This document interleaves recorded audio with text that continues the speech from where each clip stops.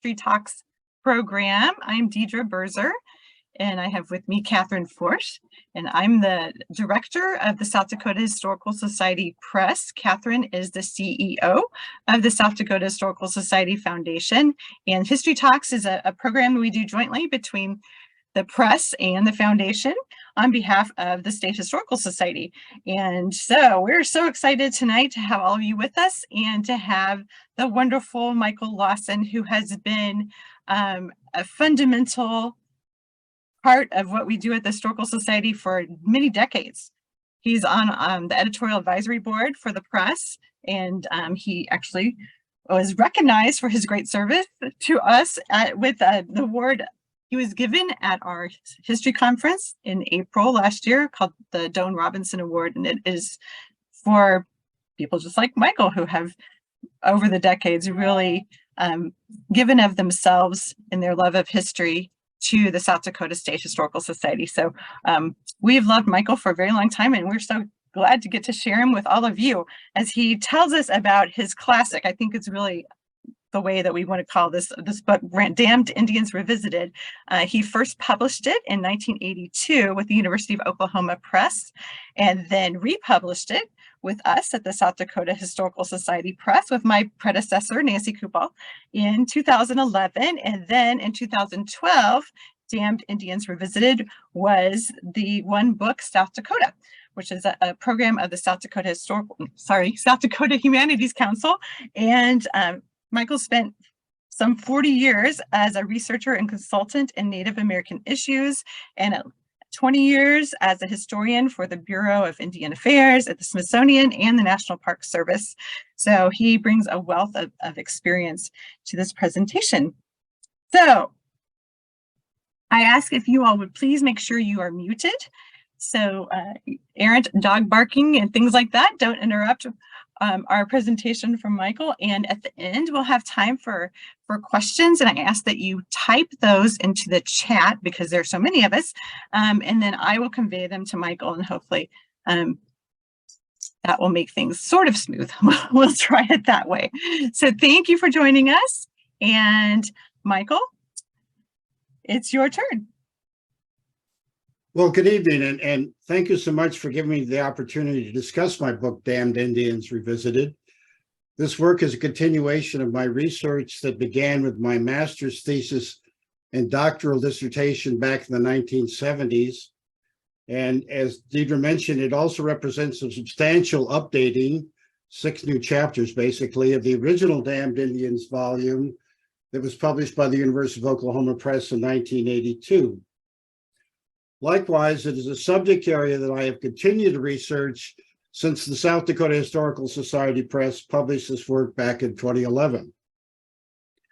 Basically, the book is a story of the development and evolution of the Pick-Sloan Plan, the giant comprehensive joint water program of the U.S. Army Corps of Engineers and the Bureau of Reclamation to enhance the water resources of the Missouri River Basin. The backbone of the plan was provided by the construction by the Corps of Engineers of 5 massive multi-purpose dams on the main stem of the river. The primary focus of my research then has been on the impact of these projects on the Sioux tribes that held lands and resources along the river in North and South Dakota and in Nebraska. This evening, I will summarize the story contained in the book, but I'd also like to share with you some new evidence and perspective that has come to me since Damned Indians was published, a decade ago. I will then end with a summary of a cost-benefit analysis of the original purposes of the Pick-Sloan dams, which concludes that the plan has created a seemingly unsolvable managerial nightmare for the Corps of Engineers. Implementation of the Pick-Sloan plan has pitted urban interest against rural interest, and the more populated and industrial states of the lower Missouri Basin against the less populated and more agrarian states of the upper basin. Most importantly in this regard, I will briefly describe how the upper basin states of Montana and North and South Dakota sacrificed the most land and resources for development of the plan, while most of the benefits as measured today have ultimately accrued to the lower basin states, and particularly to Missouri and Nebraska. Public support for the establishment of a Missouri Basin water development program in the early 1940s was driven in large part by crises. There had been devastating floods in the lower basin in 1942 and 1943 that impacted a wide area, including the major cities of Omaha and Kansas City. Image 1 shows flooding in Pierre in 1943. However, as a result of the Dust Bowl drought years of the 1930s on the northern plains, there was also an increasing demand for reclamation projects in the upper basin that could facilitate crop irrigation. Image 2 is a photo of General Lewis A. Pick, the Army engineer who developed the Pick Plan. He's shown here with South Dakota Governor M.Q. Sharp at the ceremony marking the official beginning of the construction of the Fort Randall Dam in 1946. When Pick was a colonel in 1944, his plan sought to both establish the Army's primacy over water development in the basin and also provide domestic projects for its personnel once World War II was over. The 12.5-page Pick Plan proposed to build a series of 5 multiple-purpose dams on the Missouri, primarily to provide flood control. It also included some dams on the tributaries, as well as the development of 1,500 miles of levees on both sides of the Missouri to facilitate commercial navigation between Sioux City, Iowa, and St. Louis, Missouri. By the way, Sioux City is generally recognized as the dividing point between the upper and lower Missouri basin. Colonel Pick had no education or experience in building dams, but he had gained stature during the war in the Pacific by directing the building of the critical Lido Road to transport troops and supplies in Burma, what is now Myanmar. Image 3 depicts the location of the 6 Pick-Sloan projects constructed by the Corps of Engineers on the main stem of the Missouri River. From north to south, they include Fort Peck in Montana, which had been developed by the Corps in the 1930s, which was incorporated into the Pick-Sloan Plan. Garrison in North Dakota, Owyhee, Big Bend, and Fort Randall in South Dakota, and Gavin's Point, which straddles the border between South Dakota and Nebraska. The point that is obvious here is that all these dam projects were located in rural areas of the upper basin and consequently caused the forced eviction of rural and indigenous populations. Yet most of the benefits of these projects ultimately accrued to populations outside of the upper basin. The dams and reservoirs created by these projects rank among the largest in the United States and in the world. For example, the Fort Peck Dam is the largest dam in the United States and the second largest in the world. Owyhee and Garrison also rank among the 5 largest dams in the United States, and the lakes created by the Pick-Sloan projects represent 4 of the 10 largest reservoirs in this country. The multiple purposes emphasized by the Pick Plan, flood control and navigation, are of most benefit to the lower basin states, and particularly to the urban areas of Omaha, Kansas City, and St. Louis. The plan was thus sold to Congress primarily as a strategy for addressing, quote, water overabundance. It noted that some hydropower production could be provided by the major dams, as well as the benefits of enhanced recreation and improved water supplies for municipal and industrial purposes. But the Pick Plan barely mentioned irrigation. Submission of the Pick Plan to Congress completely caught the Interior Department's Bureau of Reclamation off guard. That agency had been studying potential Missouri River water development programs for many years, particularly for irrigation in the upper basin. In response to the Army's challenge, irrigation engineer William Glenn Sloan was ordered to speedily complete a plan that incorporated these earlier studies. Sloan was then based in Reclamation's regional office in Billings, Montana. The document that Sloan developed was far more detailed and specific than the Pick plan. In his 211-page report, Sloan emphasized irrigation and reclamation as well as hydropower generation. He called for the development of 17 power plants, 90 reservoirs, primarily on Missouri's tributaries, and the irrigation of nearly 5 million acres. The Sloan Plan was thus presented to Congress primarily as a strategy for addressing, quote, water scarcity.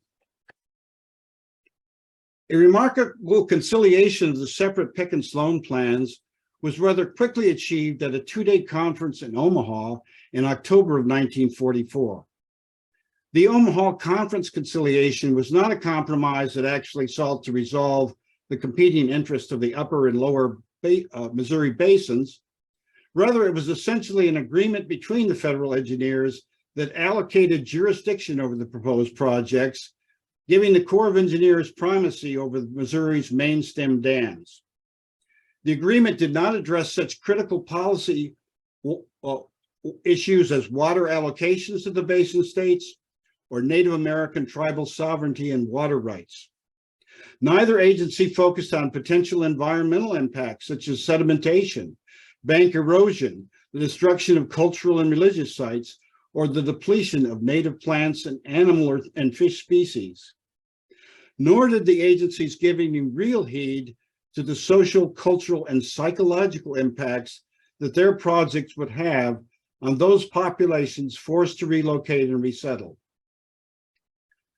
Sociologists and cultural anthropologists have coined the term, quote, involuntary resettlement to describe the forced relocations caused by public works projects around the world. They have found that there is an engineering bias that afflicts these development projects.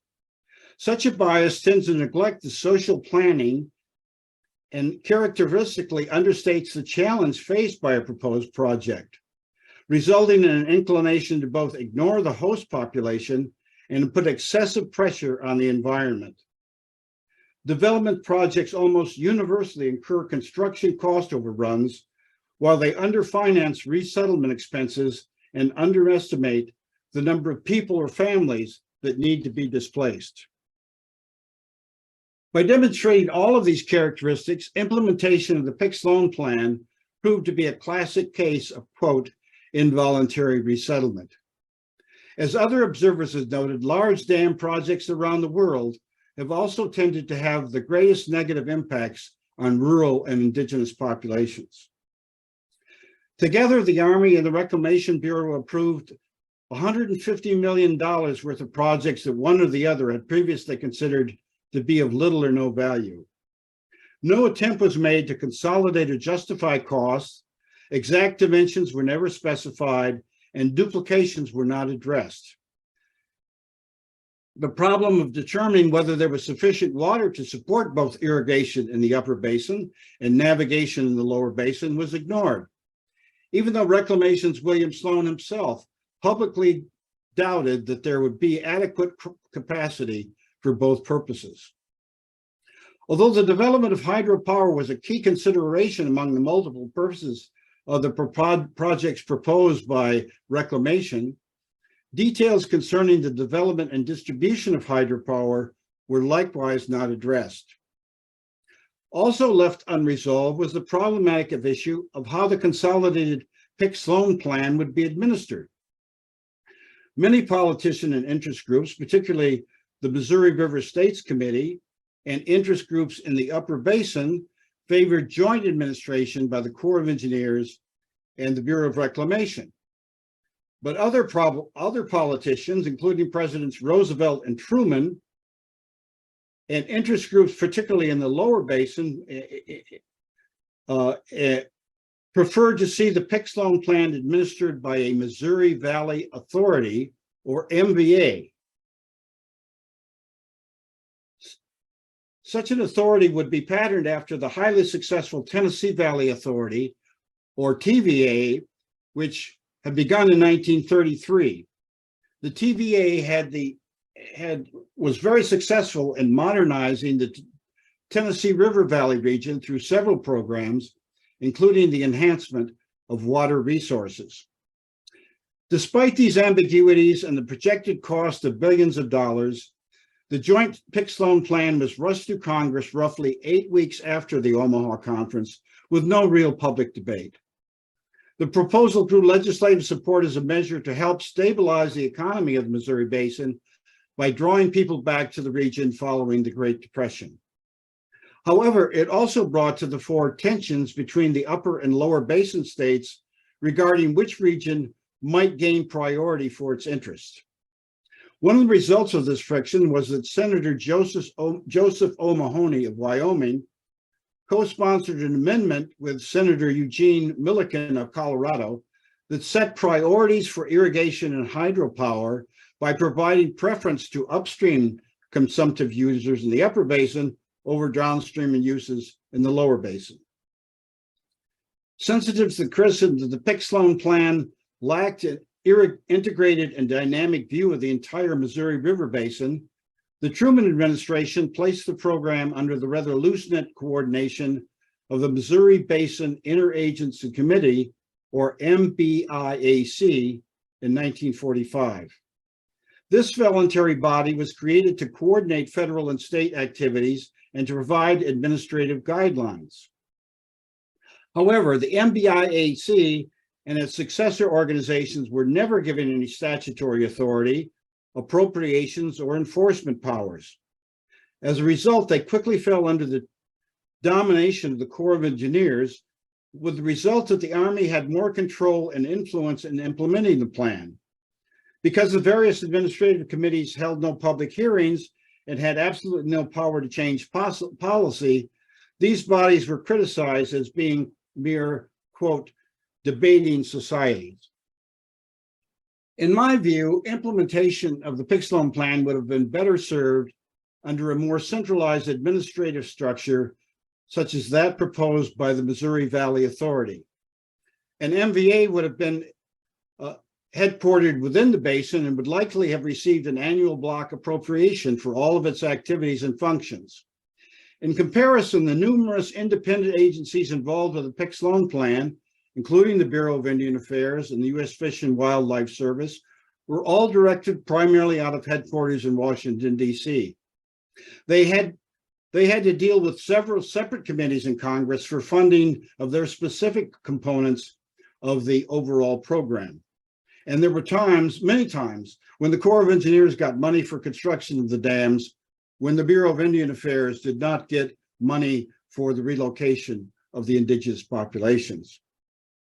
An irony here is that legislation to create an MBA failed primarily because of the opposition of upper basin politicians and interest groups. But in my view, the upper basin ultimately would have been better off under an administrative structure that did not concede so much power to the Army. For most of its history, the largest critical problem with the administrative structure of the Pick-Sloan plan has been its failure to be inclusive of all interested parties. It did not provide adequate opportunity for the input and involvement of state, local, and tribal governments, environmental and other special interest groups, or private citizens.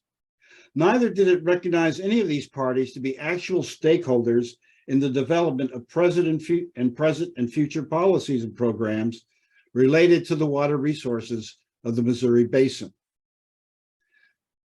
The Pick-Sloan plan was thus approved without any environmental or cultural assessments or public comment periods initiated by the federal agencies. It was also put in place without consultation with or adequate protections for the several Native American tribes within the Missouri Basin that would be adversely and disproportionately impacted by its projects. Image 4 shows the location of the federally established Indian reservations on the Missouri River. The Pick-Sloan plan caused more damage to Native American land and resources than any other public works project in America. Construction of the 5 new main stem dams resulted in inundation of over 554 square miles of Indian reservation lands and the displacement of more than 900 tribal families. As noted, the plan also incorporated the Fort Randall Dam in Montana. That project has caused the involuntary resettlement of 350 Sioux and Assiniboine families on the Fort Peck Reservation. The adverse impacts of that displacement have never been adequately documented. Because the native populations were concentrated near the river, the dam projects had an outsized impact on indigenous communities. Most critically impacted were the three affiliated tribes of the Mandan, Hidatsa, and Arikara Indians occupying the Fort Berthold Reservation in North Dakota. This tribal entity lost more than 152,000 acres, or approximately 1/4 of its land base, to the Garrison Dam. That project segmented the remainder of the reservation into 5 water-bound sections and forced the relocation of 325 families, which was approximately 80% of the tribal population.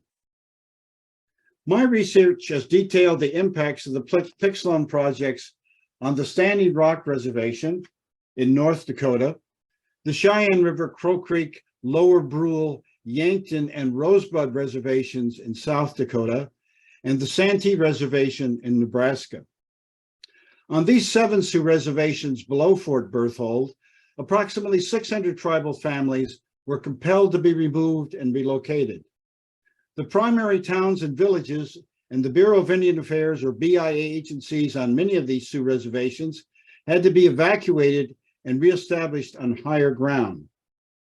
An exception to this was the self-sufficient village of White Swan on the Yankton Reservation, which was located just northeast of the Fort Randall Dam site. There, the residents were merely dispersed to wherever they could find new residents, and their village was never restored. As a consequence, there's long been a grassroots effort on the Yankton Reservation to reconstitute a White Swan community. Image 4 shows a family residence in the community of White Swan on the Yankton Reservation for development prior to development of the Fort Randall Dam project. Environmental historian Robert Kelly Schneiders, who published a book in 1999 on the long history of human development of the Missouri entitled Unduly River, has posited that Native American lands were targeted because they were, quote, underutilized or cheap and of low quality. From my perspective, however, these reserve lands were certainly not as developed for modern agriculture as some of the surrounding non-Indian land, but the river bottom lands on the reservations nonetheless represented some of the most fertile and resource-rich areas of the Dakotas. Snyder has also indicated that government policy makers thought that purchasing reservation lands and relocating tribal members would be less expensive. However, as I will illustrate, the involuntary resettlement of Native Americans ultimately was far more costly for the government than the acquisition of non-Indian properties, because Congress was ultimately compelled to provide additional equitable compensation to the tribes many years after the lands were taken. For all the tribal members compelled to move, the advantages of their former homes could not be replicated on the marginal lands that remained within the reservations. Before relocation, the shaded bottomlands had provided a pleasant environment with plenty of wood, game, water, and natural food resources. Livestock could graze on abundant grasses and take shelter under the trees. The barren uplands to which tribal members were forced to move were less hospitable and more rigorous and presented far greater challenges to their economic survival. For those of you who may be unfamiliar with Native American culture on the Great Plains and the historical geography of the Dakotas, it is perhaps difficult to appreciate how important the Missouri River bottomlands were to tribal members. Trees along the river had provided them with their primary source of fuel and timber. The wooded areas also protected man and beast from the ravages of winter blizzard and scorched summer heat. The gathering and selling of wood helped supplement the small cash income of many families. However, the inundation of the forest lands destroyed 90% of the timber on the larger reservations. Image 6 shows the inundation of trees on the Standing Rock Reservation in North Dakota as the reservoir behind the Oahe Dam began to fill up. The gathering and preserving of wild fruits and vegetables was a traditional part of the tribal culture. The many herbs, roots, beans, berries, and other fruits that grew in the bottomlands added variety and bulk to the diets of tribal members. Traditionally, they were also used for medicinal, ceremonial, and religious purposes. The wooded bottomlands also served as a shelter and feeding ground for many kinds of wildlife. Deer, beaver, rabbits, and raccoons were abundant year-round, and thousands of pheasants and other game birds wintered there. The hunting and trapping of this game provided the tribes with an important source of food, income, and recreation. The destruction of this environment by the Pick-Sloan dams reduced the wild game and plant supply on the larger reservations by 75%. The tribes exploited the resources of the bottomlands and used the Missouri and other nearby streams as their primary source of water. Most of the tribes were less dependent on fishing. Most of the Sioux tribes were less dependent on fishing. However, the 3 affiliated tribes on Fort Berthold Reservation were fully engaged in fishing for subsistence, as well as the activities of sport fishing, swimming, and boating in the river. Image 7 shows the grazing in the bottomlands of the Cheyenne River Reservation, shows cattle grazing and taking water from the river. The loss of the bottomland grazing area seriously crippled tribal livestock industries. Ranching had become the primary economic activity on many of the reservations, and a substantial portion of tribal ranchers were forced either to liquidate their assets altogether or establish smaller operations on the inferior reservation lands that remained. In the bottomlands, cattle had been able to freely graze, water, and take shelter. On the upland prairies, artificial shelters had to be built to replace the natural shelters of the trees, and the loss of winter hay meadows meant open grazing was no longer possible. Fences had to be erected to confine the herds to smaller areas and to protect them from the waters of the widely fluctuating reservoirs. Artesian wells, cisterns, and stockwater ponds had to be dug, and feed supplements had to be purchased to replace the natural and water food sources of the old habitat. Stock grazing in this new environment thus proved to be more difficult, expensive, and risky. The upland regions also presented a considerable challenge for Indian homemakers. Houses built or relocated on the treeless land required better insulation and could no longer be heated by wood stoves.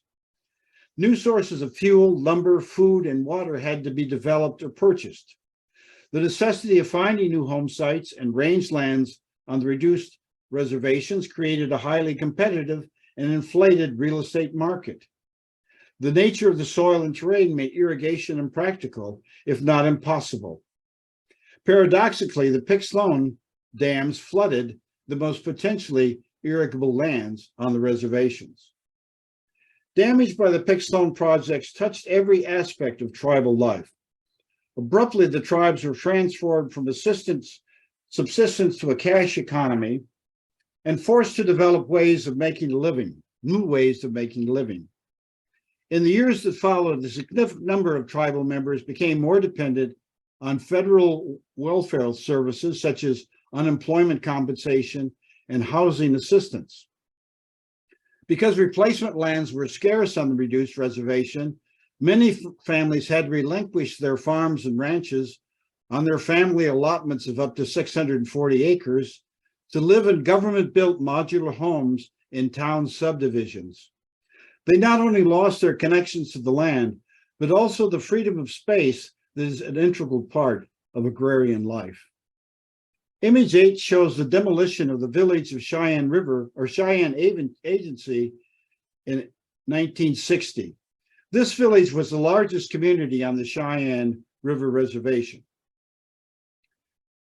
The largest populated centers on all of the reservations were along the river. And in most cases, these towns and villages were relocated to the nearest and best upland regions. However, on the Cheyenne River Reservation, this largest town and agency headquarters for the BIA was relocated 60 miles inland to Eagle Butte. On the Yankton Reservation, as previously noted, the village of White Swan was immediately adjacent to the Fort Randall Dam. Rather than moving the community to the nearest highest ground, the government completely destroyed it and dispersed its residents to other areas of the reservation or to other reservations. Image 9 shows the relocated and redeveloped community of Lower Brule in 1964, which was the largest population center on the Lower Brule Reservation. The uprooting of long-standing Indian communities disrupted and disorganized the social, economic, political, and religious life of well-integrated tribal groups and had a serious impact on the entire reservation populations. It was an onerous imposition for tribal members to be forced to move their community halls, churches, and religious shrines. It was even more difficult for them to disturb the graves of their ancestors. Yet on many of the reservations, the largest cemeteries and most of the known burial grounds had to be excavated and moved elsewhere. Image 10 is a 1949 newspaper cartoon entitled, quote, "The Last Stand of the Sioux," that tried to capture the emotional impact of the Oahe Dam on the people of the Cheyenne River and Standing Rock reservations. Physical losses inflicted by Pick-Sloan were easily quantified, but psychological and aesthetic damages were more difficult to measure. Like any people forced to relinquish their homes, the impacted tribal members hated not only giving up their property, but also seeking unfamiliar places to live. Their particular circumstances made the situation even more difficult. Because of their close relationship with nature, tribal members had a sacred attachment to their land. The areas along the river had afforded them a comfortable and relatively scenic environment with resources enough to sustain their way of life. The loss of this land and livelihood had a strong emotional impact on them. And for most of them, they did not have the option of leaving their reserves. The hundreds of thousands of acres of private, public, and Indian reservation lands needed for construction of the Pick-Sloan projects were initially taken by the U.S. government by right of eminent domain. All a part of existing communities and family farms and ranches within the taking areas of these projects were made the subject of condemnation proceedings in U.S. district courts. In the case of the Army's takings, property owners were presented with blind appraisals allegedly based on existing market values, initially with no allowance for relocation costs. There was no negotiation with the Army appraisers. Those that objected to the valuations could only appeal to the federal district courts through legal counsel at their own expense. It should be noted that in the case of non-Indians, many of the lands taken were still held by families who originally acquired those lands under the Homestead Acts of the 19th and early 20th centuries. Most of the Native American lands were also held by families to whom these lands were allotted when the reservations were divided into individual parcels during that same era. My research has focused on the adverse impacts on the tribes, but no scholars have attempted to develop a comprehensive study of the social and economic impacts on the non-Indian farmers and ranchers who sacrificed their properties. I suspect, however, that most were not able to adequately replace their land, improvements, and resources with the compensation they received. On most of the reservation impacted by the plan, the BIA separately determined damage valuations, and in some cases, the tribes conducted their own appraisals. These damage calculations were used as the basis for negotiations with the Corps of Engineers. In most cases, the parties failed to reach a settlement in the field. Congress then stepped in to negotiate and render final legislative settlements with the tribes between 1954 and 1962. However, in each case, these settlements were arbitrary and far below what the tribes and the BIA had requested. For example, the Cheyenne River Sioux tribe demanded over $23 million for the 104,000 acres of land inundated on its reservation, as well as for the cost of relocation and rehabilitation. However, Congress only awarded it $10.6 million in 1954. Not only were the tribes left out of the planning phases for potential water development in the basin, they were also left almost completely in the dark about the Pick-Sloan legislation and how they would be impacted by it.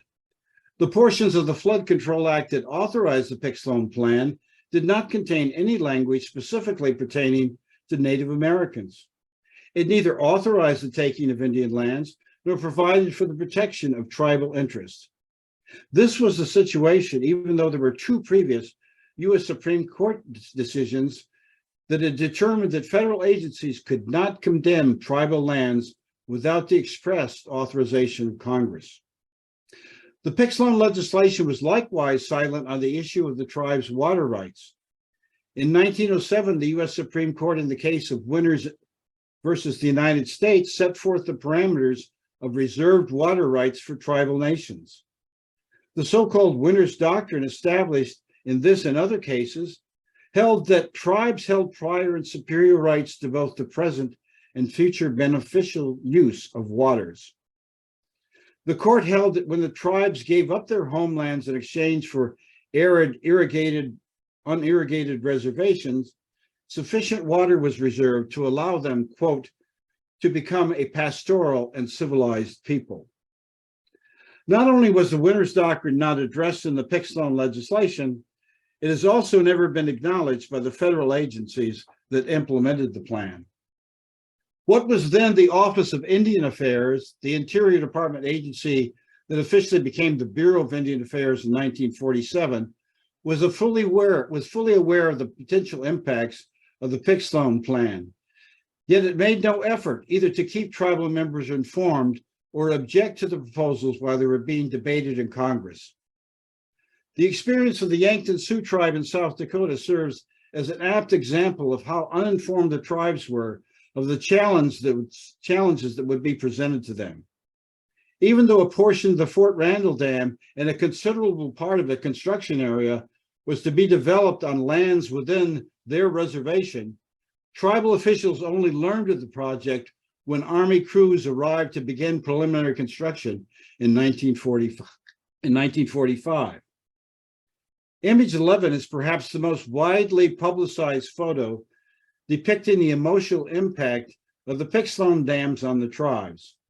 It shows the chairman of the three affiliated tribes at Fort Berthold wiping away tears as the Secretary of Interior signs a settlement agreement for the taking of the tribal land for the Garrison Dam project.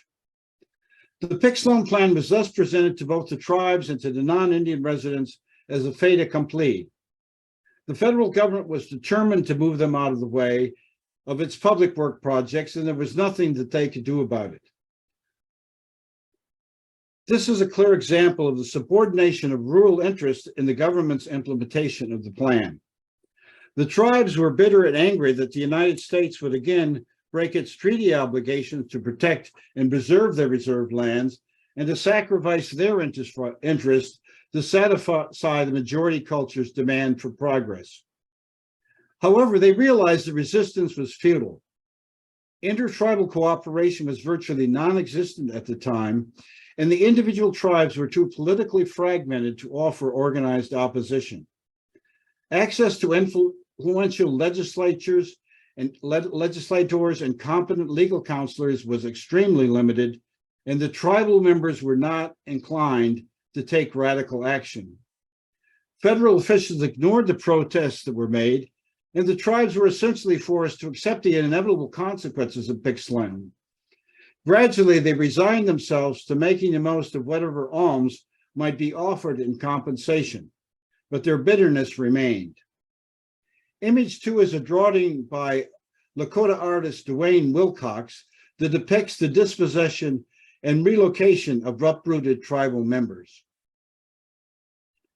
The Office of Indian Affairs made its first effort to represent tribal interests in 1946 by creating the Missouri River Basin Investigations, or MRBI unit, to study potential social and economic impacts.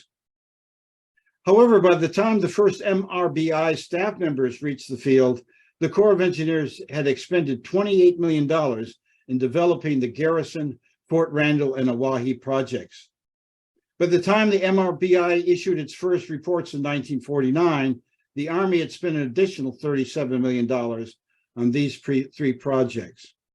You'll notice in the lower right-hand corner of the Wilcox drawing, what may be a BIA official is briefing an Army general and perhaps President Kennedy on an MRBI report on the Oahe Dam.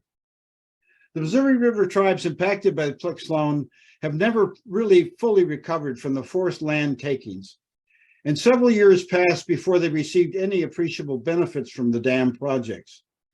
The most measurable benefits today are probably increased electrification and improved water supplies. For example, in the years prior to construction of the dams, homes in many tribal communities had no electricity or indoor plumbing. Water was hauled from the Missouri River or its tributary streams or creeks. Other communities were dependent on groundwater sources of questionable quality. Today, it is rare to find a home without electricity, and many tribal communities are now served by water intake systems from the Pick-Sloan reservoirs. In 1988, Congress authorized development of the Minnewaconee water supply system to deliver Missouri River water to 3 reservations and 9 counties in southwestern South Dakota. In the Lakota language, Minnewaconee means water is life. This project is now the largest rural water population system in the world. It includes 4,200 miles of transmission and distribution lines. When it is fully completed, it will serve a population within a 12,500 square mile area. The Lower Brule Sioux Reservation tapped into the system to construct a state-of-the-art microfiltration treatment plant that provides safe drinking water for over 5,000 tribal members. In regard to flood control, the benefits have largely accrued to the lower Missouri Basin. However, the increase in sedimentation in the reservoirs and the tributaries caused by the plan's stream flow alteration has caused more frequent flooding on some of the tribal lands, particularly on the Cheyenne River Reservation in South Dakota and in the Santee Reservation in Nebraska. The Pick-Sloan projects have been largely successful in increasing recreational activities such as fishing, boating, and camping. Thus, in turn, has created a boom in tourism. However, the tribes have not been able to effectively capitalize on these benefits. In common with all residents of the Upper Basin, the tribes have not received any benefit from the navigation channel that was constructed below Sioux City. There are now more irrigated farms on the reservations, but far less than was anticipated. Again, the Lower Brule Sioux tribe has been most successful in establishing a tribal farm based on irrigation. In 1986, it established the Grass Group Unit that gradually expanded to include 7,500 acres. Among other forms of agriculture, this tribal farm has become one of the world's largest producers of popcorn, supplying several major companies, including Orville Redenbacher, Jolly Time, and ConAgra's Act 2. Image 3 shows me testifying before a congressional committee on behalf of the Crow Creek Sioux tribe in 1996. My reports and testimony served as the factual basis for 5 of the Sioux tribes to gain additional compensation from Congress for damages caused by the Pick-Sloan projects. In the early 1990s, the Missouri River tribes began to entertain the idea of seeking additional and more equitable compensation from Congress for their Pick-Sloan losses. In each case, the tribes were ultimately successful, as Congress established a series of tribal recovery trust funds between 1902 and 2002 with an initial principal value of more than $625 million. These tribes can use the accrued interest on these funds to develop tribal programs for the restoration and enhancement of the reservations, including further development of their natural resources. Because the principal amounts are perpetual, the total value of this compensation will exceed $1 billion in a few decades and will continue to grow thereafter. The irony of this additional compensation is, although it came a half century after the original dam project takings, now as collective entities, the Missouri River tribes have received far greater compensation than the non-Indian farmers, ranchers, and townsfolk who were also forced to relinquish their properties and settle elsewhere. However, Congress forbade the tribes from using their equitable compensation to pay the actual descendants of the tribal families who sacrificed their homes and allotted lands.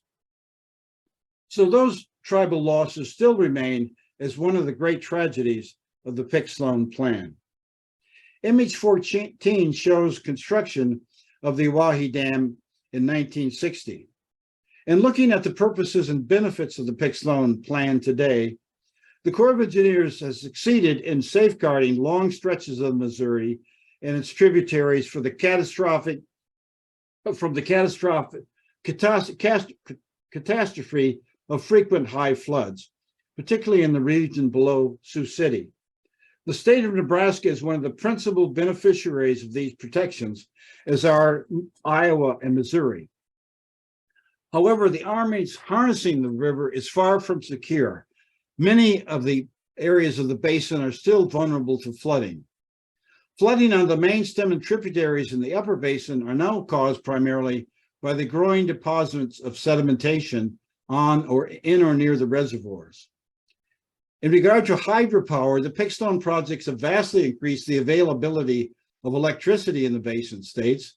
The Corps of Engineers maintains that hydropower provides the greatest national benefit of all of the purposes that justify the Pick-Sloan projects. However, South Dakota residents have long been troubled by the inequity of the power distribution. Most of the electricity generated by the power plants within the state is transmitted to other states as well as to the Canadian provinces. South Dakota receives only about 19% of the total economic benefit of the Pick-Sloan power projects, even though the giant power plants at Oahe, Big Bend, and Fort Randall dams generate about 69% of the system's normal hydropower capacity. Moreover, Nebraska is the greatest beneficiary, receiving about 27% of the system's total power allocation benefits. Another benefits promised by Pick-Sloan was the development of the adequate water supplies for good quality water for municipal, industrial, domestic, and agricultural uses.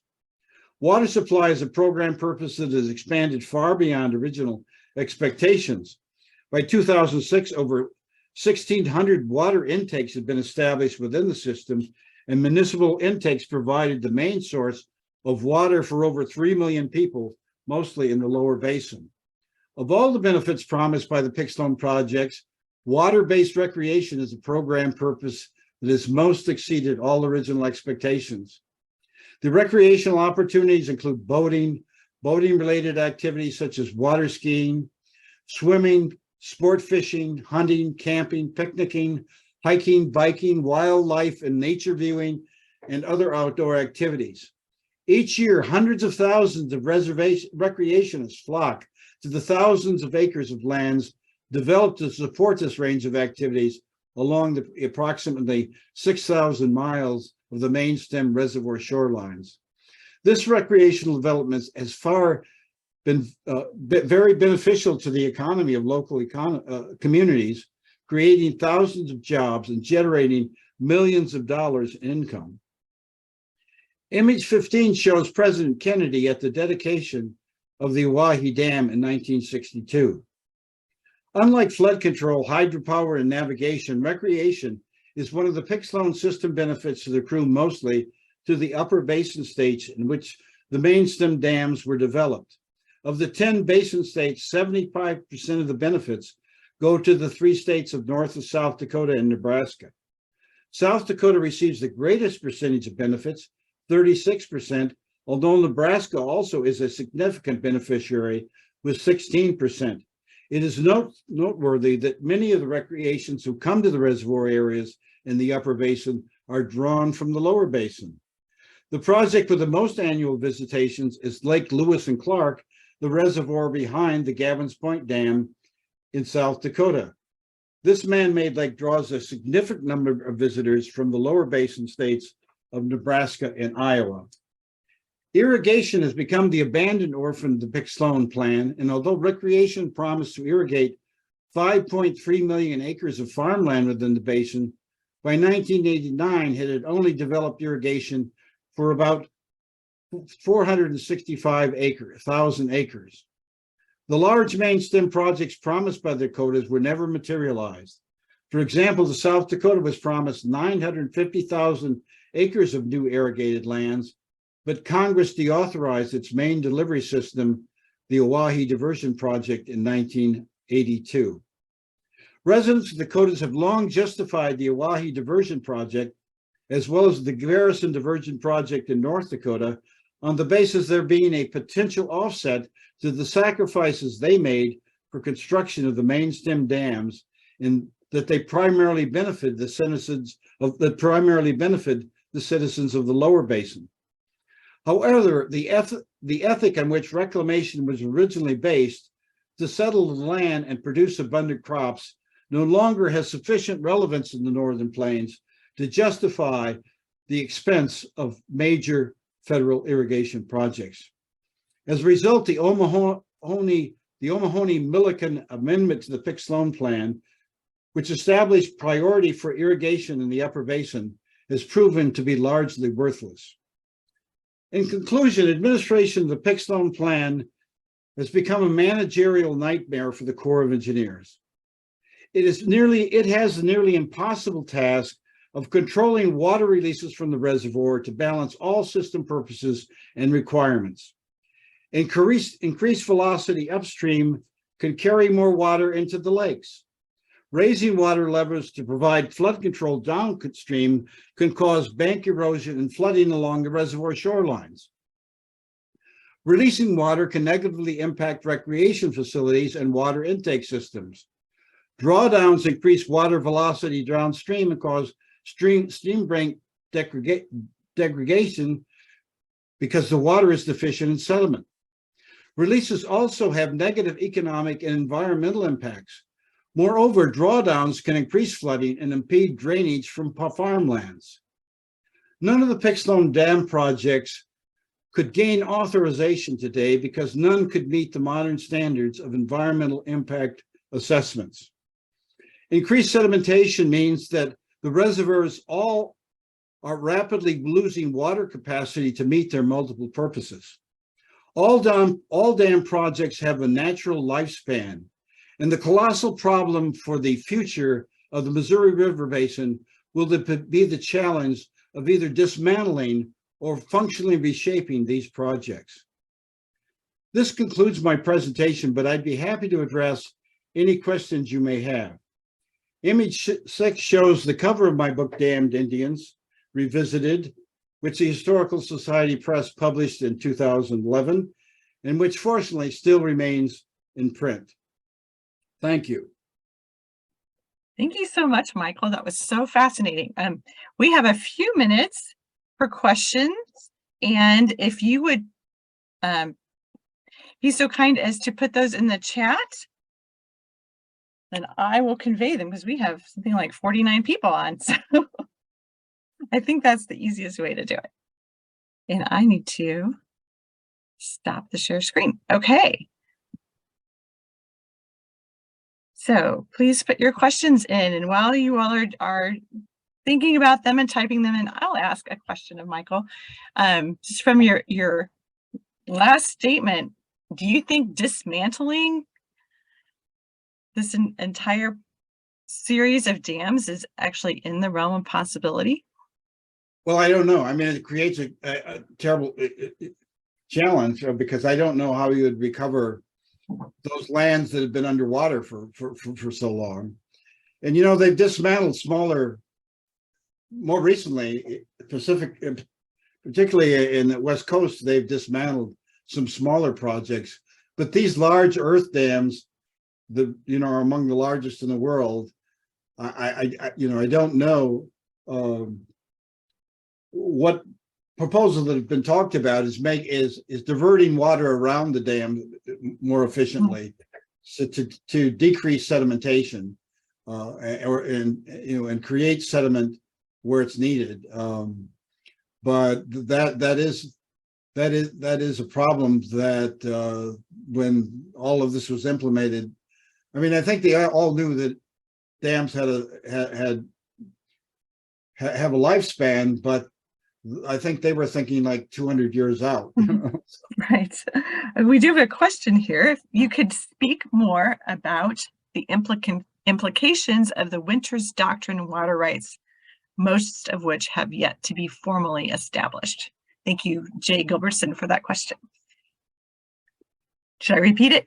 Could you speak more about the implications of the Winters Doctrine water rights, most of which have yet to be formally established?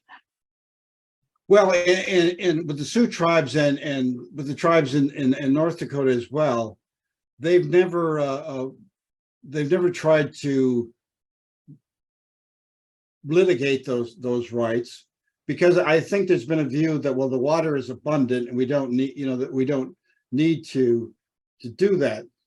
But in states where it's been less abundant, like in Arizona, tribes have utilized their Winters Doctrine's right to form compacts with the states that would be a compromise would set the priorities.